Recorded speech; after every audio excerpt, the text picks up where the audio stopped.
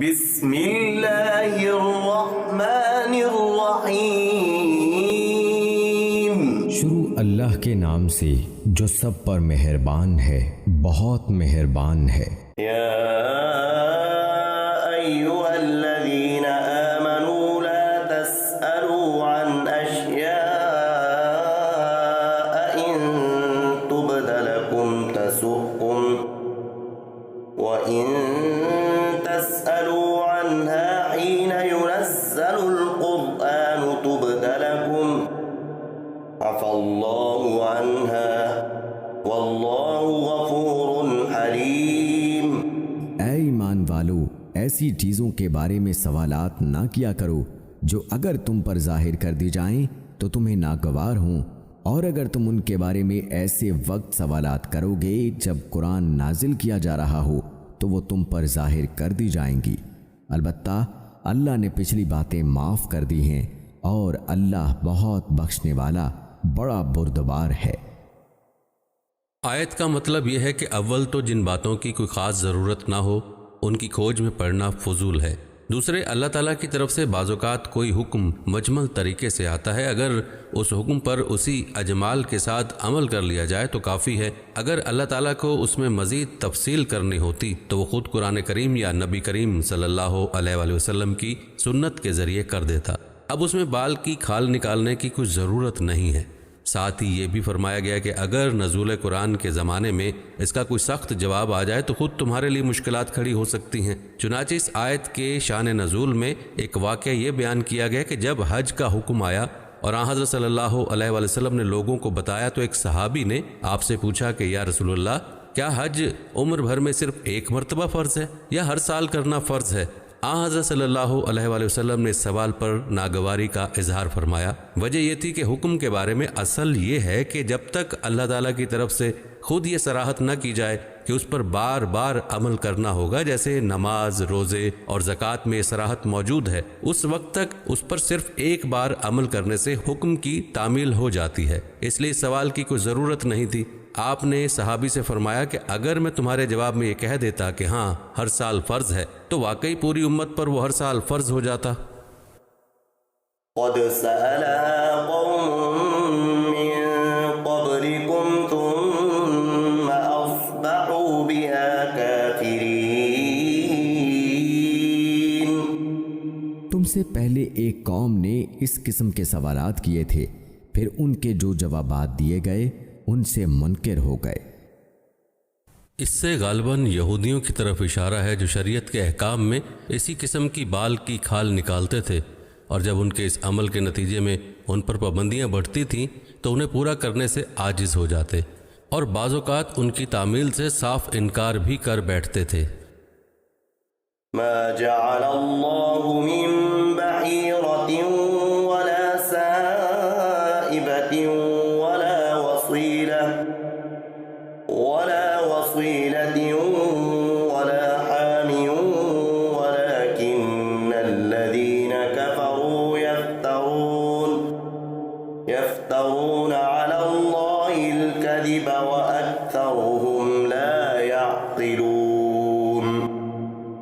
اللہ نے کسی جانور کو نہ بحیرہ بنانا طے کیا ہے، نہ سائبہ، نہ وسیلہ اور نہ حامی، لیکن جن لوگوں نے کفر اپنایا ہوا ہے وہ اللہ پر جھوٹ باندھتے ہیں، اور ان میں سے اکثر لوگوں کو صحیح سمجھ نہیں ہے۔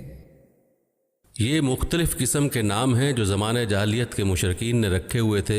بحیرہ اس جانور کو کہتے تھے جس کے کان چیر کر اس کا دودھ بتوں کے نام پر وقف کر دیا جاتا تھا۔ سائبہ وہ جانور تھا جو بتوں کے نام کر کے آزاد چھوڑ دیا جاتا تھا، اس سے کسی قسم کا فائدہ اٹھانا حرام سمجھا جاتا تھا۔ وسیلہ اس اونٹنی کو کہتے تھے جو لگاتار مادہ بچے جرے، بیچ میں کوئی نر نہ ہو، ایسی اونٹنی کو بھی بتوں کے نام پر چھوڑ دیتے تھے۔ اور حامی وہ نر اونٹ ہوتا تھا جو ایک خاص تعداد میں جفتی کر چکا ہو، اسے بھی بتوں کے نام پر چھوڑ دیا جاتا تھا۔ وَإِذَا قِيلَ لَهُمْ تَعَالَوْا إِلَى مَا أَنزَلَ اللَّهُ وَإِلَى الرَّسُولِ قَالُوا حَسْبُنَا مَا وَجَدْنَا عَلَيْهِ آبَاءَنَا أَوَلَوْ كَانَ آبَاؤُهُمْ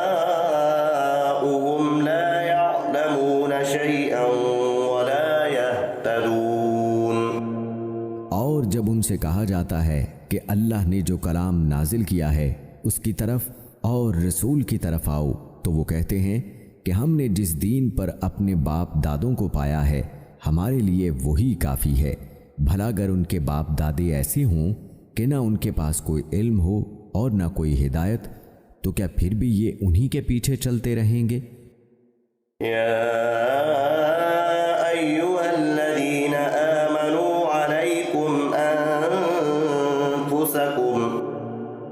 لا يغركم من ضل إذا اهتديتم إلى الله مرجعكم جميعا فينبئكم بما كنتم تعملون۔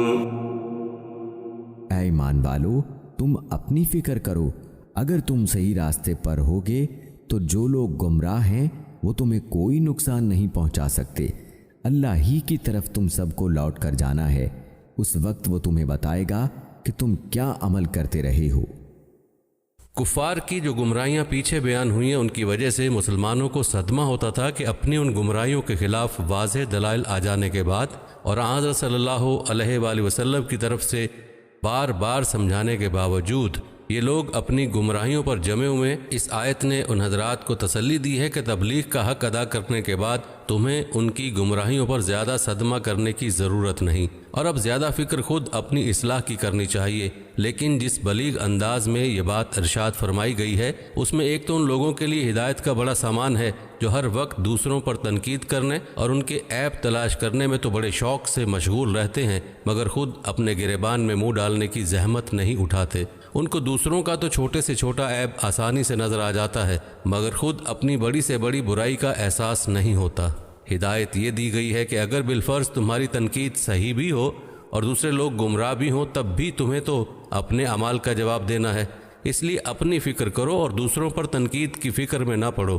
اس کے علاوہ جب معاشرے میں بدعملی کا چلن عام ہو جائے تو اس وقت اصلاح کی طرف لوٹنے کا بھی بہترین نسخہ یہی ہے کہ ہر شخص دوسروں کے طرز عمل کو دیکھنے کے بجائے اپنی اصلاح کی فکر میں لگ جائے۔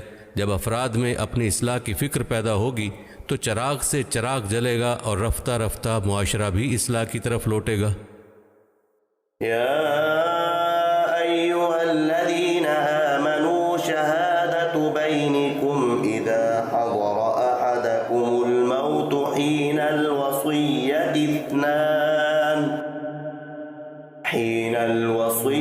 اثنان ذوا عدل منکم او آخران من غیرکم ان انتم ضربتم فی الارض فاصابتکم مصیبۃ الموت تحبسونہما من بعد الصلاة فيقسمان بالله إن ارتبتم لا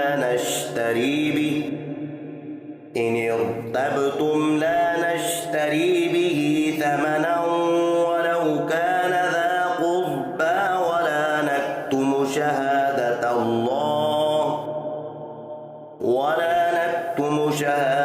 الله إنا إذا لمن الآثمين۔ اے ایمان والو، جب تم میں سے کوئی مرنے کے قریب ہو تو وصیت کرتے وقت آپس کے معاملات طے کرنے کے لیے گواہ بنانے کا طریقہ یہ ہے کہ تم میں سے دو دیانتدار آدمی ہوں جو تمہاری وصیت کے گواہ بنے، یا اگر تم زمین میں سفر کر رہے ہو اور وہیں تمہیں موت کی مصیبت پیش آ جائے تو غیروں یعنی غیر مسلموں میں سے دو شخص ہو جائیں۔ پھر اگر تمہیں کوئی شک پڑ جائے تو ان دو گواہوں کو نماز کے بعد روک سکتے ہو، اور وہ اللہ کی قسم کھا کر کہیں کہ ہم اس گواہی کے بدلے کوئی مالی فائدہ لینا نہیں چاہتے، چاہے معاملہ ہمارے کسی رشتہ دار ہی کا کیوں نہ ہو، اور اللہ نے ہم پر جس گواہی کی ذمہ داری ڈالی ہے اس کو ہم نہیں چھپائیں گے، ورنہ ہم گناہ گاروں میں شمار ہوں گے۔ یہ آیات ایک خاص واقعے کے پس منظر میں نازل ہوئی ہیں۔ واقعہ یہ ہے کہ ایک مسلمان جس کا نام بدیل تھا تجارت کی غرض سے اپنے دو عیسائی ساتھیوں تمیم اور عدی کے ساتھ شام گیا۔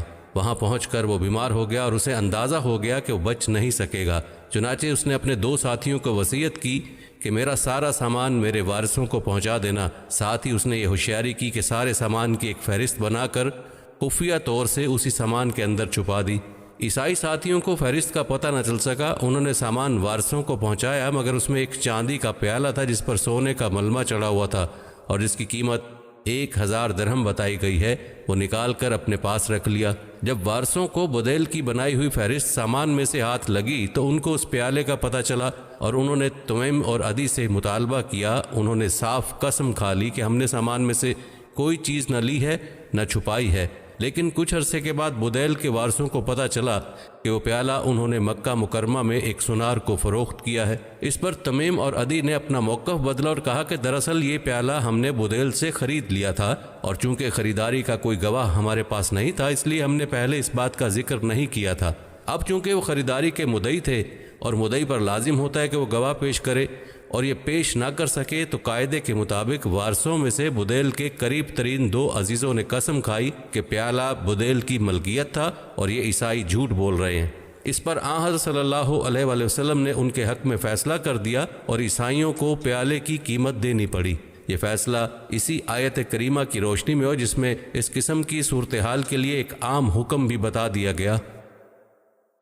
فَإِنْ عُثِرَ عَلَىٰ أَنَّهُمَا اسْتَحَقَّا إِثْمًا فآخران يقومان مقامهما من الذين استحق عليهم الأوليان فيقسمان بالله لشهادتنا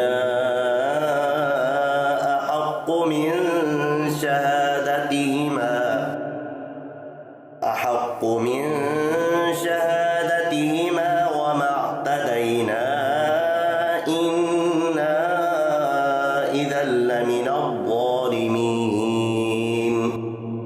پھر بعد میں اگر یہ پتہ چلے کہ انہوں نے جھوٹ بول کر اپنے اوپر گناہ کا بوجھ اٹھا لیا ہے تو ان لوگوں میں سے 2 آدمی ان کی جگہ گواہی کے لیے کھڑے ہو جائیں جن کے خلاف ان پہلے 2 آدمیوں نے گناہ اپنے سر لیا تھا، اور وہ اللہ کی قسم کھائیں کہ ہماری گواہی ان پہلے 2 آدمیوں کی گواہی کے مقابلے میں زیادہ سچی ہے، اور ہم نے اس گواہی میں کوئی زیادتی نہیں کی ہے، ورنہ ہم ظالموں میں شمار ہوں گے۔ یہ ترجمہ امام رازی رحمۃ اللہ علیہ کی اختیار کردہ تفسیر پر مبنی ہے، جس کی روح سے الاولیان سے مراد پہلے 2 گواہ ہیں جنہوں نے خیانت کی تھی۔ ذلك أدنى أن يأتوا بالشهادة على وجهها أو يخافوا أن ترد أيمان بعد أيمانهم واتقوا الله واسمعوا والله لا يهدي القوم الفاسقين۔ اس طریقے میں اس بات کی زیادہ امید ہے کہ لوگ شروع ہی میں ٹھیک ٹھیک گواہی دیں، یا اس بات سے ڈریں کہ جھوٹی گواہی کی مصیبت میں ان کی قسموں کے بعد لوٹا کر دوسری قسمیں لی جائیں گی جو ہماری تردید کر دیں گی، اور اللہ سے ڈرو اور جو کچھ اس کی طرف سے کہا گیا ہے اسے قبول کرنے کی نیت سے سنو۔ اللہ نافرمانوں کو ہدایت نہیں دیتا۔